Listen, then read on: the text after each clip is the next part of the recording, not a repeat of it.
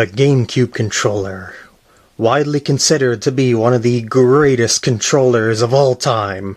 And I definitely agree, but there is one little hiccup that I did not like in it, and I figured out a way how to actually get it to be more of my liking, and that is the Z button up here, in that I always found that the Z button was way too stiff, and I can actually modify that so it'll be less stiff, and you can actually get it to a stiffness of your liking to boot.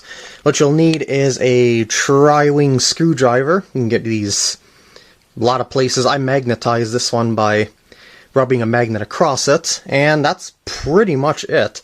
There are 8 screws on the back of a Gamecube controller, 8 Triwing screwdriver, screws that you take the screwdriver with, and yeah, you know how to take out screws, right? Right? I'm gonna assume so. Next thing is take out the battery cover, take off the screw on the magnetized screwdriver, and carefully pop out the batteries. There we go. And now it should come apart pretty easily. You want to have all the circuitry and stuff on the bottom half if you can help it, so hold on to the wheel on the bottom if you're on the Wavebird controller. By the way, if you're using, if you're going to modify a regular Gamecube controller, it's only got 6 screws and you don't have to worry about the wheel and whatnot. But anyway, just want to kind of pop this out. I already knocked the Z button out. That is okay. I'm taking that part out anyway. So yeah, I wanted to have this half like this, and just set this aside. This has got like the shoulder button triggers and how they work and stuff like that if you want to check that out. But we really are not going to focus on this part. What we're focused on here is this Z button. See, slippery. See this little metal piece on here? I should get into macro mode. Macro mode activated. Alright, so here's your Z button.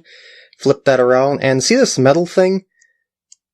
Yeah, that is what causes all the tension in the button to be in the button tension. Well, this is completely unnecessary for the button's function. As a matter of fact, the controller itself has a micro switch there. See that?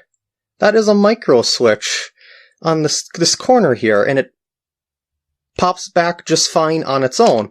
So I don't know why they decided to make it extra tensiony, springy here, but you can reduce this by pushing this spring in, and the further you push it in, the less tension the button will have.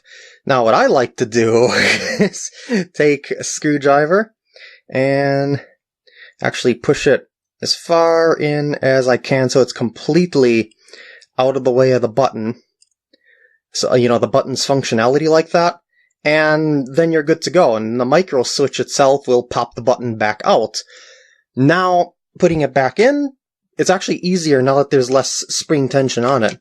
Just plop it in this little hole here, and that's about it. You just gotta make sure that this little corner is underneath the plastic outer shell, and then you just reverse your steps to get it back up and running and stuff like that. But let's say, for instance, things didn't go quite as planned. Like maybe this wheel came off, or maybe this whole thing came out and the buttons and stuff dumped out, and you're like, oh no!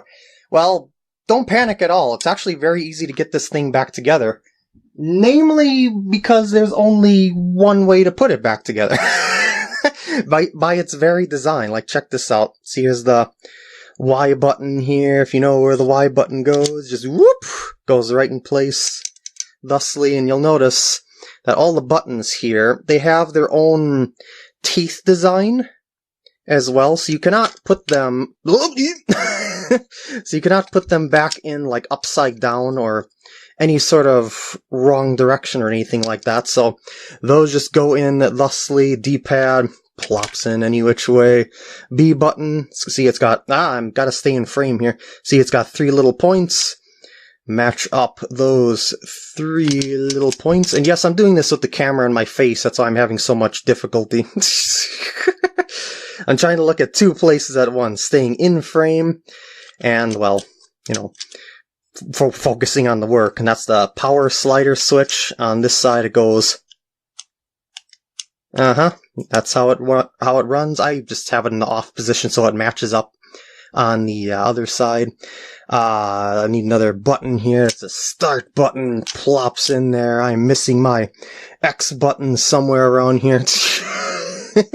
When I dumped it out, it went on the floor, but that is okay. This is all demonstration purposes. And now, take these little rubbery things. Again, they only go on one way, thusly. Some of them, they often tend to actually stick on the circuit board like this. Like this one here, you see? That's the start button. This is the D-pad, and what they really do here is put the D-pad on like so. The black thingies on there are the conductive rubber pads. Here is your start button. Just jiggle it in there if it doesn't quite. Yeah, and then flip this on top of it. Like so. And it should all just slide together nice and neatly. Oh, geez, I'm missing the Z button now. It was under the bed, dang it. So, as I showed before, put the Z button in place like so. So that the little notch here is inside. See that little hole there? That's where it pivots off of, and then it just goes in there.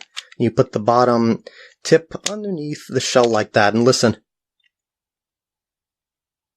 See, it works just fine, even without that metal thing. Better IMO.